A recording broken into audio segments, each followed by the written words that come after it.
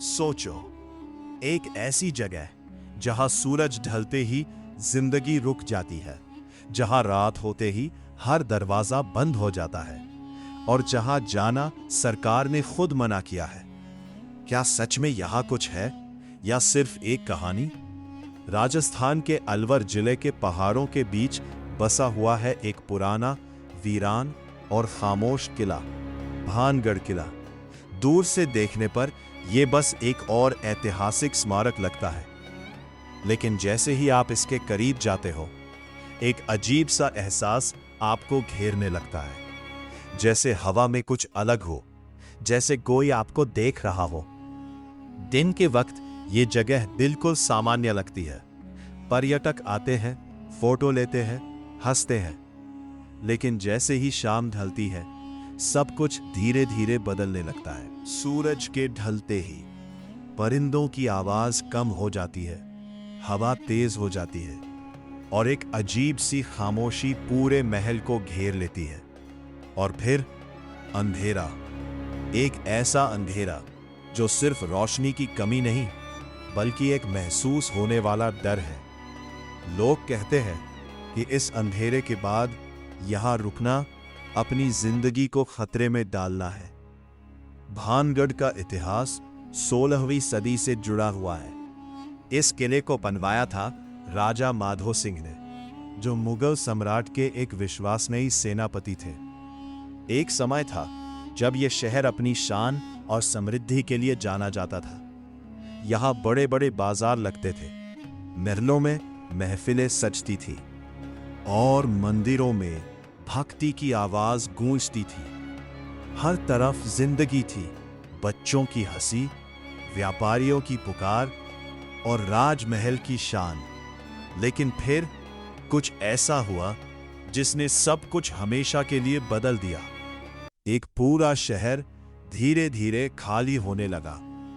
लोग यहां से चले गए, घर वीरान हो गए और दीवारें टूटने लगी।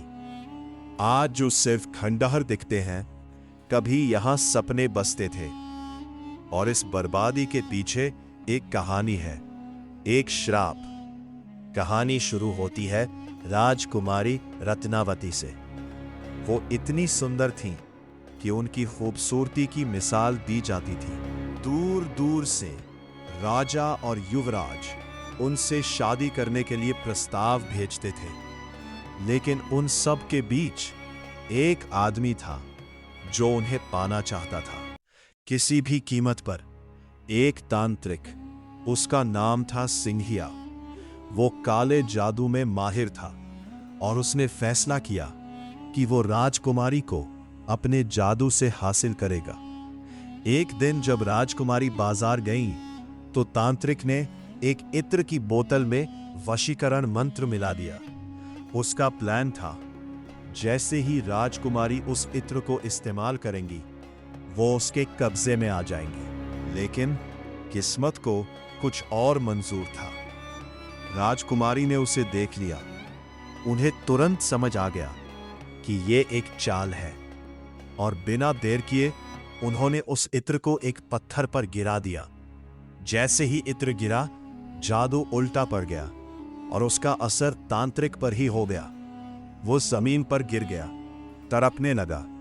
उसकी आंखों में गुस्सा था, नफरत थी और मरने से पहले उसने एक भयानक श्राप दिया।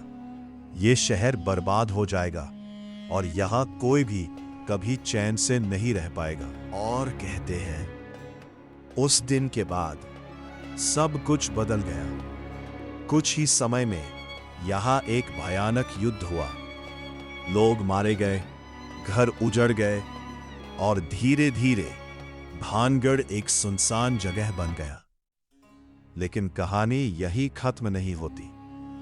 आज भी लोग कहते हैं कि भानगढ़ में कुछ अजीब होता है। कई लोगों ने दावा किया है कि उन्होंने यहां रात के समय अजीब आवाजें सुनी हैं, जैसे किसी के कदम चल रहे हों, जैसे कोई धीरे धीरे बात कर रहा हो। कभी कभी महिला की चीखने की आवाज और कभी हंसी, एक ऐसी हंसी जो इंसानी नहीं लगती।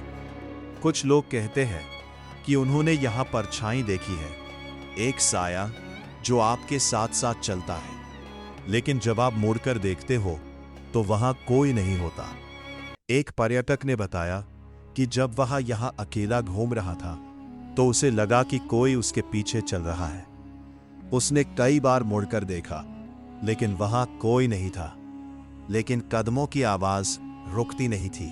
और फिर अचानक सब कुछ खामोश हो गया, जैसे वहां कभी कुछ था ही नहीं। सबसे हैरान करने वाली बात यह है कि भारतीय पुरातत्व सर्वेक्षण ने खुद इस जगह पर एक चेतावनी बोर्ड लगाया है, जिसमें लिखा है, सूर्य अस्त होने के बाद यहां रुकना सख्त मना है।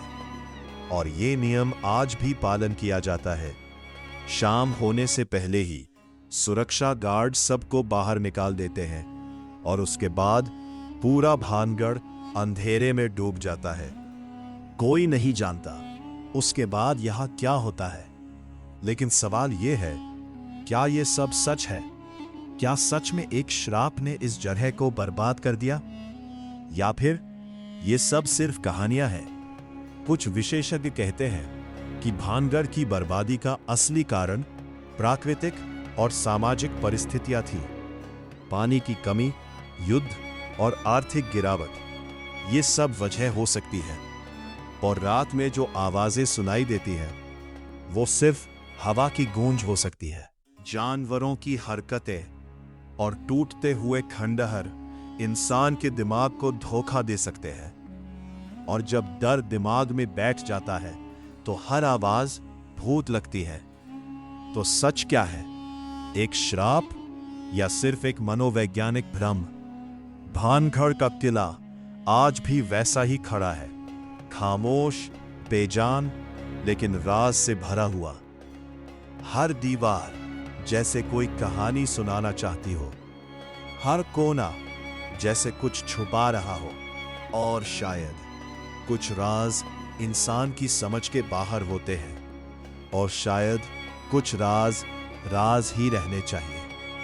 लेकिन अगर आपको कभी मौका मिले तो क्या आप इतनी हिम्मत करोगे कि भानगढ़ में एक रात अकेले बिता सको?